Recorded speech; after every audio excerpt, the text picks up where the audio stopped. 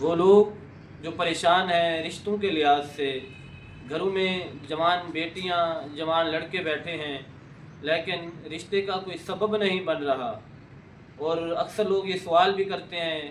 وظیفہ بھی پوچھتے ہیں کہ ہمیں کوئی وظیفہ بتائیں کہ کوئی اچھا رشتہ آئے، کوئی رشتے کا سبب بن جائے، تو ان کے لیے خوشخبری ہے، وظیفہ ہے، عمل ہے، یہ وظیفہ کریں، انشاءاللہ العظیم بہت جلد رشتہ آئے گا اور اللہ تبارک و تعالیٰ کوئی نہ کوئی نیک سبب ضرور بنائے گا۔ آپ نے اللہ تبارک و تعالیٰ کے یہ دو نام یا لطیف یا فتاح،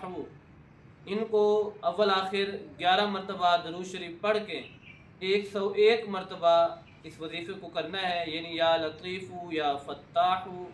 یا لطیف یا فتاح، ان دونوں ناموں کو 101 مرتبہ آپ لوگوں نے پڑھنا ہے۔ اس کے بعد قرآن پاک کی یہ آیات، وَمَن يَتَّقِ اللَّهَ يَجْعَل لَّهُ مَخْرَجًا وَيَرْزُقْهُ مِنْ حَيْثُ لَا يَحْتَسِبُ وَمَن يَتَوَكَّلْ عَلَى اللَّهِ فَهُوَ حَسْبُهُ، ان کو 101 مرتبہ پڑھیں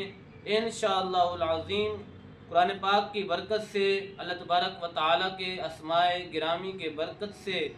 کوئی نہ کوئی نیک سبب اللہ تبارک و تعالیٰ ضرور پیدا فرمائے گا، کوئی اچھا رشتہ آئے گا، اللہ تبارک و تعالیٰ خوشیاں عطا فرمائے گا۔